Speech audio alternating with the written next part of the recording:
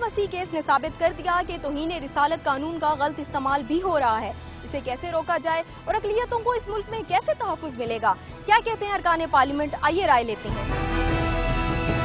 رسول اللہ صلی اللہ علیہ وسلم کے وقت میں بھی ہوئے ہیں تو انہوں نے برابری بنیاد پہ دیکھا ہے اور ان کا احترام کیا ہے، ان کا مذہب کا احترام کیا ہے، اور ہم بھی انشاءاللہ مسلمان ہیں، ہم بھی کریں گے احترام. مولویوں کو اور امام مسجد کو اور اساتذہ کو جو مساجد میں پڑھاتے ہیں ایک ریفریشر کورس کریں اور ان کو بٹھائیں شہروں میں اور ایک ایک شک سمجھائیں کہ اس طرح سے اس کو اپلائی کرنا ہے اور یہ ان کا مطلب ہے. جس نے یہ غلطی کی ہے اس کو سزا ملنی چاہیے، قانون کو سزا نہیں ملنی چاہیے.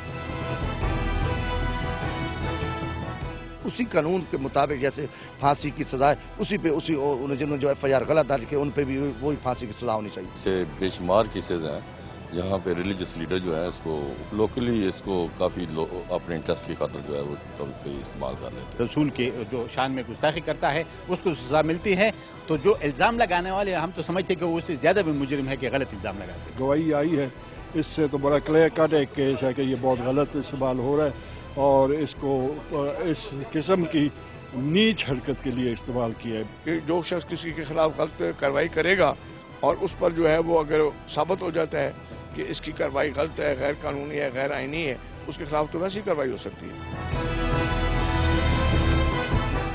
پارلیمنٹیرینز متفق ہیں کہ توہین رسالت قانون کے غلط استعمال کو روکنے کے لیے جھوٹے مدعی پر بھی وہی سزا ہونی چاہیے جو کہ ملزم کے لیے قانون میں درج ہے.